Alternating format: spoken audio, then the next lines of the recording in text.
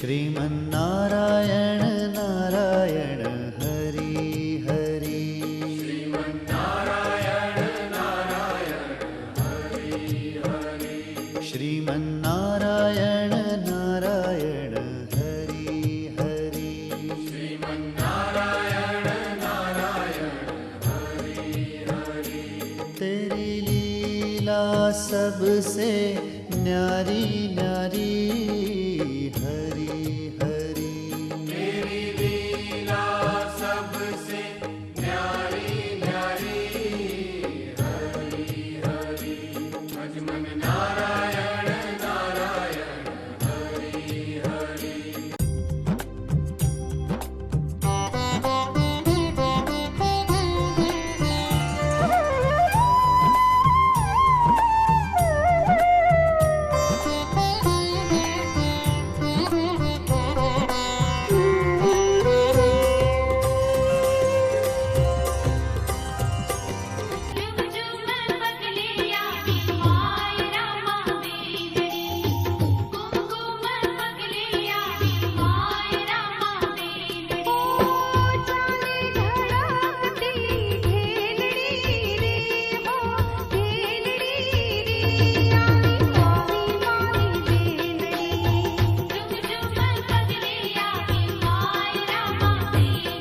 नारायण नारायण जय जय गोविंद हरे. नारायण नारायण जय जय गोपाल हरे. नारायण नारायण जय जय गोविंद हरे. नारायण नारायण जय जय गोपाल हरे. नारायण नारायण जय जय गोविंद हरे. नारायण नारायण जय जय गोपाल हरे. नारायण नारायण जय जय गोविंद हरे. नारायण नारायण जय जय गोपाल हरे. ओम नारायण नारायण जय जय गोविंद हरे. नारायण नारायण जय जय गोपाल हरे. नारायण नारायण जय जय गोविंद हरे. नारायण नारायण जय जय गोपाल हरे. नारायण नारायण जय जय गोविंद हरे.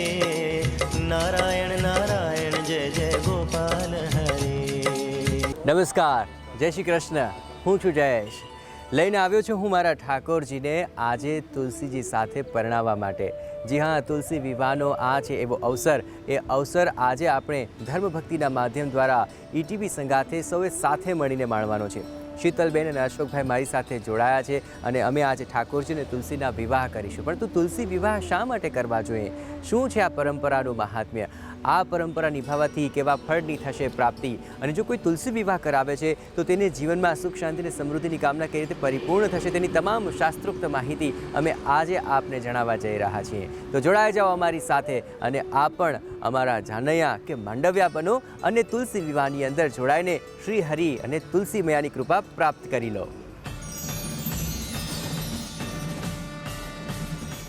ઈટીવીના ધર્મભક્તિના આંગણે આવ્યો છે તુલસી વિવાહનો અવસર અને આ અવસરને વધાવવા માટે અમે આવ્યા છીએ મહેમદાબાદ માર્ગની અંદર આવેલા આ નારાયણ ધામમાં. અને આ નારાયણ ધામમાં અમે ઠાકોરજી અને તુલસીજીના વિવાહ કરીશું અને એ પણ શાસ્ત્રોક્ત રીતે. અને શાસ્ત્રોક્ત રીતે વિવાહની વિધિ કરાવવાના છે. એના માટે અમારી સાથે જોડાયા છે શાસ્ત્રી મહેશભાઈ રાવલ. શાસ્ત્રીજી, આપનું ખૂબ ખૂબ સ્વાગત છે.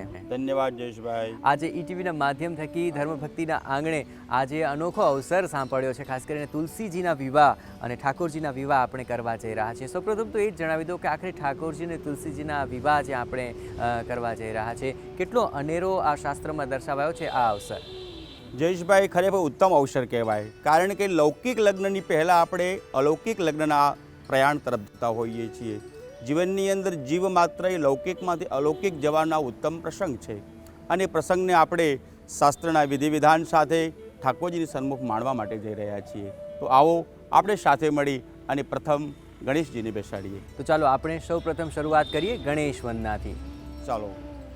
વક્રતુંડ મહાકાય સૂર્યકોટિ સમપ્રભ નિર્વિઘ્नं કુરુ મે દેવ સર્વકાર્યેષુ સર્વદા. સિદ્ધિ બુદ્ધિ સમન્વિત ભગવાન શ્રી સિદ્ધિવિનાયકાય નમો નમઃ. લંબોદરાય નમો નમઃ સંકષ્ટસંહારકાય નમઃ આવાહયામી સ્થાપયામી. તો ગણેશજીની સ્થાપના આપણે કરી દીધી છે અને હવે તમામ વિધિ વિધાન જે શુભ શરૂઆત ગણેશજીને યાદ કરીને કરાય છે, તો હવે કયા વિધિ વિધાન આપણે આ તુલસી વિવાહની અંદર નિભાવીશું? વિશ્વાની દેવ સવિતુર્દુરિતા નિપરાશુભ જદભદરંતન્ન આશુભ આવાહયામી સ્થાપયામી. આવકુલદેવતાભ્યો નમઃ સ્થાન દેવતાભ્યો નમો નમઃ. તો તમામ દેવી દેવતાઓને આપણે આહ્વાન કરી લીધું છે, પરંતુ હવે તમામ લગ્નના જે વિધિ વિધાન છે તે શરૂ કરી દઈએ. સૌપ્રથમ શું કરીશું? તો આવો સાથે મળી અને ઠાકોરજીને મંગલ તિલકની સાથે આપણે ઠાકોરજીને વધાવીએ. ઓમ મંગલમ ભગવાન વિષ્ણોર્મંગલમ ગરુડધ્વજ મંગલમ પુંડરીકાક્ષો મંગલાયતનો હરિ શ્રીધર સ્વરૂપાય ભગવાન શ્રી ગોપીજન વલ્લભ શ્રી બાલ મુકુંદાય નમો નમઃ.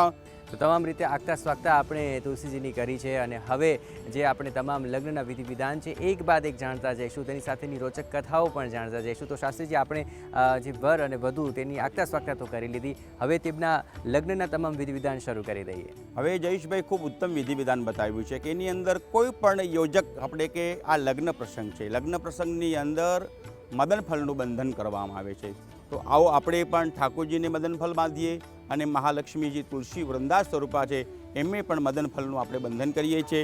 અથવા મદનફળ બંધનમ યેન બદ્ધો બલિરાજા દાનવેન્દ્રો મહાબલઃ તેન ત્વામ અપી બધ્નામિ રક્ષે માચલ માચલ ઇતિ મદનફલમ બદ્ધયામી. તો આ વિધિ તો આપણે સંપન્ન કરી લીધી, હવે કઈ વિધિ નિભાવવાની રહેશે? જયેશભાઈ, હવે આપણે વરમાલા ઠાકોરજી અને મહાલક્ષ્મીજી વૃંદા સ્વરૂપા છે એને આપણે અર્પણ કરીશું. તો આ વરમાલા કહેવામાં આવે છે. તો વરમાલા એટલે કે ઉભયો હોય બંનેના કંઠની અંદર આપણે રોપણ કરીએ છીએ, એટલે બંને ભિન્નતામાંથી બંને એકતાનું પ્રતીક બતાવે છે. બંને સાથે માલાજી અર્પણ કરીશું. આવો આપણે ભગવતી વૃંદા માતા અને ભગવાન શ્રી બાલકૃષ્ણજીને વરમાલા નિરૂપણ કરીએ. તદેવ લગ્નમ શુદિનમ તદેવ તારાબલમ ચંદ્રબલમ તદેવ વિદ્યાબલમ દૈવબલમ તદેવ લક્ષ્મીપતે તે ગૃયુગમ સ્મરામી સમયવર્તે સાવધાન. તો વર અને વધુ હવે વરમાળાના બંધનથી બંધાયા છે અને એકમેકના થઈ ગયા છે. અને આજ તો એવી વિધિ છે કે જે બે આત્માઓના વિલન કરાવે છે અને ઠાકોરજી અને તુલસીજીને આપણે આ વરમાળાના બંધનમાં અત્યારે બાંધ્યા છે. હવે આગળના જે તમામ વિધિ વિધાન છે તે પણ આપણે સંપન્ન કરીએ. શાસ્ત્રીજી, હવે આ વરમાળા અર્પણ કર્યા બાદ કયા વિધિ વિધાન રહેશે? હવે જયેશભાઈ, ઠાકોરજી સન્મુખ આપણે પુષ્પની માલા અર્પણ કરીશું.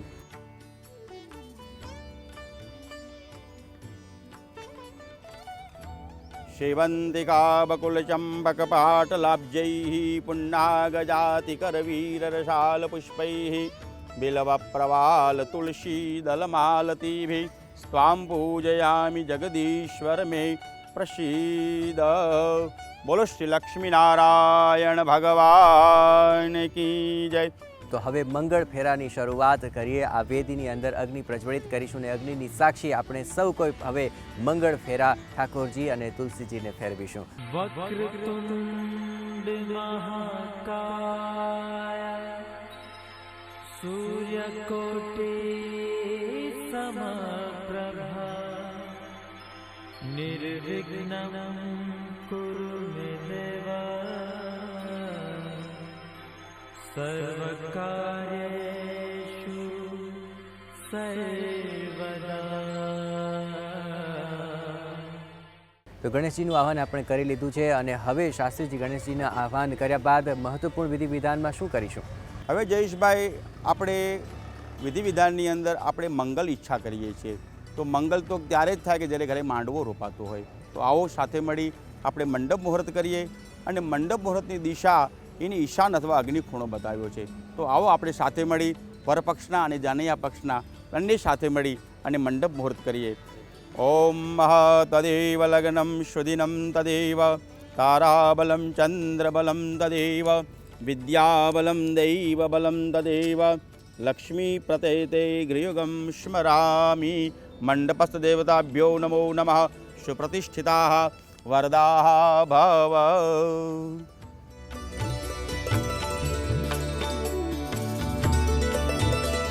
અગ્નિનારાયણાય નમો નમઃ શકલોપચારાર્થે ગંધાક્ષતપુષ્પાણીં સમર્પયામિ પ્રાણાય અપાનાય વ્યાનાય ઉદાનાય શમાનાય ઇતિ સ્વાહા. તો અગ્નિનારાયણની પૂજા આપણે કરી લીધી છે અને હવે ઠાકોરજી અને તુલસીજીને આપણે મંગળ ફેરવા ફેરવીશું. આદૌ મંગલમ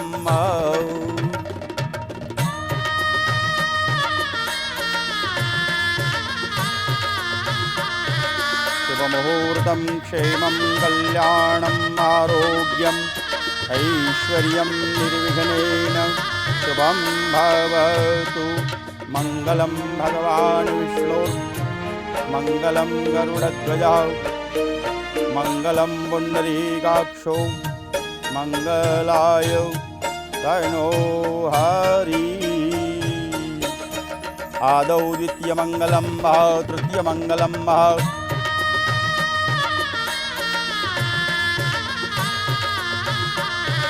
चतुर्थमङ्गलं तदेव लग्नं शुदिनं तदेव ताराबलं चन्द्रबलं तदेव विद्याबलं दैवबलं तदेव लक्ष्मीपते ते गृहयुगं स्मरामि.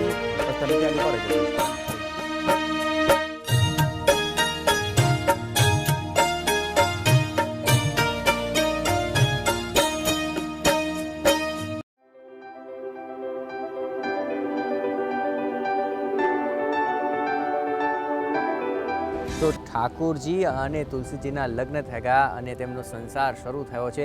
તેમના માટે જે કંસાર બની રહ્યો છે એ કંસાર બને ત્યાં સુધી આપણે એક વિરામ લઈ લઈએ અને વિરામ બાદ આપણે કંસાર વિધિ શા માટે કરવામાં આવે છે તેની શાસ્ત્રોક્ત માહિતી જણાવીશું અને સાથોસાથ તુલસી વિવાહ સાથેના એ રોચક તથ્યો પણ આપ સુધી નાનકડા વિરામ બાદ.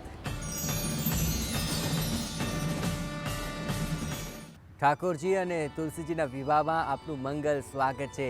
તુલસી વિવાહના તમામ વિધિ વિધાન આપણે જોયા છે અને એ વિધિ વિધાન સાથે હવે આપણે જે કંસાર બન્યો છે તે ઠાકોરજી અને તુલસીજીને અર્પણ કરીશું અને આ જે કંસાર છે તેની શું છે મહત્તા તે હવે શાસ્ત્રીજી આપણને જણાવવા જઈ રહ્યા છે. આપણે તમામ વિધિ વિધાન સાથે લગ્ન તો સંપન્ન કરી લીધા, હવે આ સંસાર શરૂ થાય એના માટે જે કંસારની આપણે વાત કરીએ પણ આ કંસારનું શું છે મહાત્મ્ય? જયેશભાઈ, ખરેખર આ જે ઠાકોરજીની જે પ્રક્રિયા છે જે લગ્નની એની અંદર આપણો સંસાર ક્યારે એની અંદર કડવાશ ના આવે અને કડવાશ ન આવે અને હંમેશા માટે મધુરાધિપતે અખિલમ મધુરમ એક ઉત્તમ ભાવનાની સાથે ઠાકોરજીની સન્મુખ આપણે કંસાર અર્પણ કરીએ છીએ અને સંસાર આપણો કંસાર વધ બને એક એવી ઉત્તમ ભાવના પણ કંસારની સાથે જયેશભાઈ છુપાયેલી છે. આજે તો આપણે સાથે મળીને ઠાકોરજીને આ મંગલભોગ કંસારનું આપણે અર્પણ કરીએ. સન્મુખમ નિધાય. તો ઠાકોરજી અને તુલસીજીને આપણે કંસાર અર્પણ કર્યો છે. શાસ્ત્રીજી હવે કંસાર અર્પણ કરવાનું પણ વિધિ વિધાન કરી લઈએ. ચલો. પ્રાણાય સ્વાહા અપાનાય સ્વાહા વ્યાનાય સ્વાહા ઉદાનાય સ્વાહા સમાનાય સ્વાહા. પરબ્રહ્મણે વંદન કરો. પરબ્રહ્મણે પરમાત્મને નમો નમઃ. ઉત્તરાપોષાણમ હસ્તપ્રક્ષાળનમ મુખપ્રક્ષાળનમ મુખાંબુજ આચમનીયમ સમર્પયામિ. તો લગ્નના તમામ વિધિ વિધાન સંપન્ન થયા છે. તુલસીજી અને ઠાકોરજીના વિવાહ થઈ ચૂક્યા છે, પરંતુ આખરે આ પરંપરાની શરૂઆત થઈ કેવી રીતે, તેની સાથે શું જોડાયેલી છે રોચક કથા, તે હવે શાસ્ત્રીજી આપણે જણાવવા જઈ રહ્યા છે. શાસ્ત્રીજી ખૂબ સુંદર રીતે આપણે આ તમામ મંગલ અવસરને વધાવ્યો છે, પરંતુ તેની સાથે શાસ્ત્રની જે ધાર્મિક ગાથા જોડાય છે તે પણ દર્શકોને આપણે જણાવીએ. તો આખરે આ તુલસી વિવાહ સાથે જે ધાર્મિક ગાથા જોડાય છે એ જાણતા પહેલાં આખરે તુલસી વિવાહનો અવસર ક્યારે આવે છે અને કેવી રીતે તેને ઉજવવાનો મહિમા છે? ખૂબ સુંદર પ્રશ્ન છે જયેશભાઈ આપશ્રીનો, કારણ કે આપણે બધા ધર્મ ભક્તિની સાથે જોડાયેલા છીએ. ભક્તિ એ ભગવતી વૃંદા સ્વરૂપા છે અને ધર્મ એ ઠાકોરજીનું સન્મુખ સ્વરૂપ બતાવ્યું છે. ઠાકોરજી એ જ પોતે ધર્મ પુરુષ છે અને પ્રકૃતિ એ ભગવતી વૃંદા છે જેને આપણે ભક્તિ કહીએ છીએ. અને ધર્મ અને ભક્તિ ક્યારે જયેશભાઈ અલગ ન હોઈ શકે. આ એનું મિલન કરાવવાનો ઉત્તમ દિવસ છે અને ચતુર્માસ પરિપૂર્ણ થયા છે. ઠાકોરજી શયન કક્ષમાંથી પોતે હવે ઉત્તિષ્ઠ જાગ્રત પ્રાપ્ય વરાન નિબોધય આવી રીતે એક આપણે ઉપનિષદનું વાક્ય પણ બતાવ્યું છે કે જેની અંદર તું ઊઠ અને જાગ અને તારા ધ્યેયને પ્રાપ્ત કર. તો ઠાકોરજી પણ પોતે જાગૃત થયા છે. આ પરમાત્મા પોતે જાગૃત થયો છે તો પ્રકૃતિ એને વધાવવા માટે તૈયાર થઈ છે. અને એ દિવસનું નામ છે કારતક સુદ એકાદશી, જેને સંસ્કૃતમાં આપણે પ્રબોધિની એકાદશી કહીએ છીએ અને ગુજરાતીની અંદર આપણે એને દેવ ઉઠી અગિયારસ પણ કહીએ છીએ.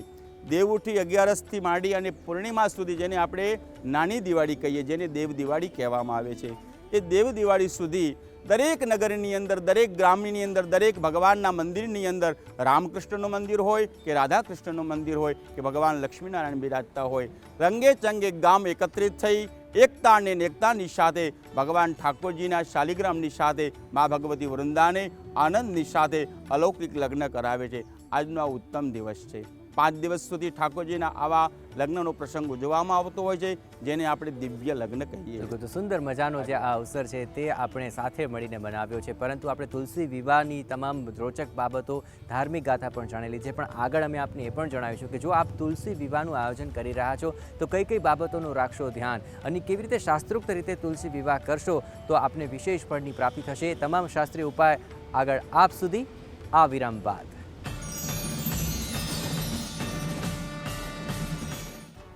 ઠાકોરજી અને તુલસીજીના વિવાહના આ મંગલ અવસર પર ફરી એકવાર આપનું સ્વાગત છે. તમામ વિધિ વિધાન આપણે જાણી લીધા છે. આ તુલસી વિવાહની પરંપરા સાથે જોડાયેલી ધાર્મિક કથાનું પણ આપણે શ્રવણ કરી ચૂક્યા છે. પરંતુ જો આપ તુલસી વિવાહનું આયોજન કરી રહ્યા છો તો કઈ બાબતોનું રાખશો ધ્યાન તે હવે શાસ્ત્રીજી આપને જણાવવા જઈ રહ્યા છે. તો મહેશભાઈ, આપણે તમામ વિધિ વિધાન ખૂબ સુંદર રીતે પાર પાડ્યા, પરંતુ જે ઘણા બધા ભક્તો છે કે જે તુલસી વિવાહનું આયોજન કરતા હોય છે, પણ શાસ્ત્રોક્ત રીતે કયા વિધિ વિધાન તેમને સંપન્ન કરવા જ રહ્યા અને કઈ કઈ બાબતોની આમન્ય તેમને જાળવવાની છે? ખૂબ સુંદર પ્રશ્ન છે. કારણ કે આપણે બધાએ પ્રસંગ તો કરીએ છીએ, પ્રસંગની જેની સાથે પ્રસંગની સાથે જે ભગવાનની જે લાજ મર્યાદા જળાવવી એ જળવાતી નથી. અને એ ખૂબ આપણે પરમાત્મા પ્રત્યે શ્રદ્ધાપૂર્વક જાળવવી જોઈએ. કારણ કે હરિશ્રદ્ધાથી જ આપણને પ્રાપ્ત થતો હોય છે. કેવલ આપણને હલ્લા હોલ કરીને આપણને પ્રભુ પ્રાપ્ત થતો નથી. એની અંદર પ્રભુની મર્યાદા પણ જળવાય, ઈશ્વર પ્રત્યે આપણને અનન્ય ભાવ પણ જાગે અને પ્રભુ પ્રત્યેની શ્રદ્ધા પણ આપણને વિશેષ જાગે, જેના કારણે આ પ્રસંગ આપણા આજીવન પેઢી સુધી આવનારા બાળકોને પણ ખ્યાલ પડે કે આવનારી પેઢી છે એને પણ આપણને ખ્યાલ આપી શકીએ કે આપણી સંસ્કૃતિ પ્રકૃતિની પૂજાને માને છે. આપણી સંસ્કૃતિ પરમાત્માની અંદર રહેલા, પથ્થરની અંદર રહેલા દેવને પણ પૂજે છે. તો એવી ઉત્તમ વિધિ વિશ્વાસની સાથે આપણે પરિપૂર્ણ કરવી જોઈએ. અને વિશ્વાસ સાથે કરેલી વિધિ વિધાન એ પરમાત્માની આપણા ઉપર વિશેષ કૃપાને જયેશભાઈ પ્રાપ્ત કરાવતી હોય. બિલકુલ, તમામ વિધિ વિધાન તો આપણે કરતા હોઈએ છીએ, પણ ત્યારે એ વસ્તુનું પણ એટલું જ આપણે ધ્યાન રાખવાનું છે કે આપણી સનાતન હિન્દુ સંસ્કૃતિની સાથોસાથ આપણી જે આવનારી પેઢી છે તેને પણ તેમાંથી શીખ મળે. તો શાસ્ત્રીજી, આખરે આવનારી પેઢી પણ તેની મહત્તા જાણે તે માટે શું કરવું રહ્યું? ચોક્કસ વાત છે. કારણ કે આપણી બધી સંસ્કૃતિ એ ભારતીય સંસ્કૃતિ, જેને વૈદિક પરંપરા કહેવામાં આવે છે. અને વૈદિક પરંપરા એ આપણને આવા ઉત્સવો વડે જ પ્રાપ્ત થતી હોય છે. કારણ કે આપણે સૂઈ જઈએ એટલે રાત્રિ થાય ને રાત્રિ પછી સવાર થાય છે. તો સવાર કઈ રીતે થાય છે? સૂર્યના ઉદય વડે સવાર થતી હોય છે. તો આ પ્રસંગ વડે આપણે ગયેલી જે ભૂલી ગયેલી સંસ્કૃતિ છે એ પ્રસંગોપાત આપણને ફરી જાગૃત કરાવતી હોય છે. એટલે જાગ્યા ત્યાંથી સવાર. કદાચ આપણે પશ્ચિમી સંસ્કૃતિ રંગાયા હોઈએ અને આપણી જે તહેવારો એને ભૂલી ગયા હોઈએ તો ફરી પણ આપણે 2073ની અંદર આપણી આ વૈદિક સંસ્કૃતિને ફરી પણ જાગૃત કરીએ અને જે આપણી જે આવનારી પેઢી ભૂલી ગઈ છે એના તરફ સુધી આપણે આ ધર્મભક્તિના માધ્યમ વડે આવનારી પેઢી સુધી આવો ઉત્તમ પ્રસંગ કેમ ન પહોંચાડીએ જયેશભાઈ? તો બિલકુલ આવો ઉત્તમ અવસર ધર્મભક્તિના આંગણે ઈટીવીના માધ્યમ થકી ઉજવાયો છે અને તમામ લોકોને આ તમામ પરંપરાઓની મહત્તા પણ આપણે જણાવી છે. પરંતુ જે લોકો ઠાકોરજી અને તુલસીજીની એક સાથે કૃપા વિશેષ કરીને પ્રાપ્ત કરવા ઈચ્છે છે તો શાસ્ત્રીજી તેવા લોકો માટે આખરે કયા ઉપાયો હોઈ શકે, કયા મંત્ર થકી તેઓ વિશેષ કૃપા પ્રાપ્ત કરી શકે? જુઓ જયેશભાઈ, આ તો આપનો ઉત્તમ કારણ કે દરેક માનવ માત્રની અંદર ભક્તિ સમાયેલી છે, પણ ભક્તિની અંદર તમારે દાસ્ય ભાવ જાગવો જોઈએ. કારણ કે સ્વામી ભાવનો, સ્વામી મારો ઈશ્વર છે. દરેક પ્રત્યે આપણને સ્વામી ભાવ જાગે તો આપણી ભક્તિ ત્યાં ખલેલ પડતી હોય છે. એટલે વૃંદાના સ્વરૂપે રહેલી તુલસીજીના સ્વરૂપે જીવે ત્યાં દાસ્ય ભાવ નિભાવવાનો છે. દાસ બની અને પ્રભુની સેવા કરવાની છે. અને દાસ બન્યા પછી પરમાત્મા આપણા ઉપર ઉત્તમ પ્રકારની ભક્તિની પ્રાપ્તિ કરાવતો હોય છે. એટલે તુલસી એ દાસી છે. દાસી એવી છે કે પ્રભુ એના વગર એક લેશ માત્ર પણ, એક ક્ષણ માત્ર પણ રહી શકતા નથી. પ્રભુ તુલસી વગર જમતા પણ નથી. પરમાત્મા તુલસી વગર કોઈ પાન પણ નથી કરતા. તુલસી વગર પરમાત્મા શયન પણ નથી કરતા. 24 કલાક દાસીના સ્વરૂપે તુલસીજી પ્રભુની સન્મુખ રહે છે. તો આવો ભક્ત, આવી ભક્તિ આપણને જગાડનાર હોય એને આપણે તુલસીજી કહી શકાય. તો તમારે ભક્તિ મેળવવી હોય તો તુલસીજીની નિત્ય કૃપાને પ્રાપ્ત કરવા માટે આટલા ઉપાયો અવશ્ય કરવા જોઈએ. તો તુલસીજીની કૃપાને પ્રાપ્ત કરવા માટે હરિપ્રિયાય નમઃ, જે હરિને વિશેષ પ્રિય છે એ મંત્ર દર્શક મિત્રો આપ નોટ કરશો. ઓમ હરિપ્રિયાય નમઃ. એનો અર્થ એવો થાય દર્શક મિત્રો કે જે હરિને ખૂબ વહાલા છે, હરિના પ્રિયા પણ છે. તો આ મંત્ર બોલતા બોલતા આપ તુલસીજીના વિવાહની સાથે જોડાઓ તો ભગવાન નારાયણ આપણા ઉપર ખૂબ પ્રસન્ન રહેતા હોય છે. તો આવી એક ઉત્તમ વાત અને આ મંત્ર પણ છે તુલસી હરિપ્રિયાય નમઃ. તુલસી પછી આપણે બે હાથ જોડીને તુલસીજીની સન્મુખ ઘીનો દીવો કરવાનો, તુલસીજીની સન્મુખ ધૂપ કરવાનો, તુલસીજીને તલ સાંકળીનો ભોગ આપણે પછી તુલસીજીની સાથે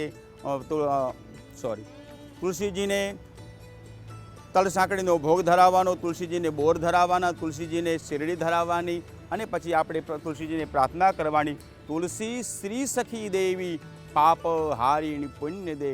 હે મા તુલસી, મને પાપોમાંથી મુક્ત કરનારી તું પુણ્યના માર્ગ તરફ આગળ પ્રગતિ કરાવ. આ સુંદર પ્રાર્થનાની સાથે હવે આપણે ભગવાન ઠાકોરજીની કૃપાને પ્રાપ્ત કરી શકીએ. બિલકુલ. તો ઠાકોરજીની કૃપા પ્રાપ્ત થાય, તુલસીજીની કૃપા પ્રાપ્ત થાય તેવા તમામ બાબતોને આજે આપણે જાણી લીધી છે. તો શાસ્ત્રીજી, આ ખૂબ સુંદર મજાની તમામ માહિતી આપે ETVના તમામ દર્શકોને, ધર્મ ભક્તિના તમામ ચાહકોને પહોંચાડી છે. આપનો ખૂબ ખૂબ આભાર. ધન્યવાદ જયેશભાઈ.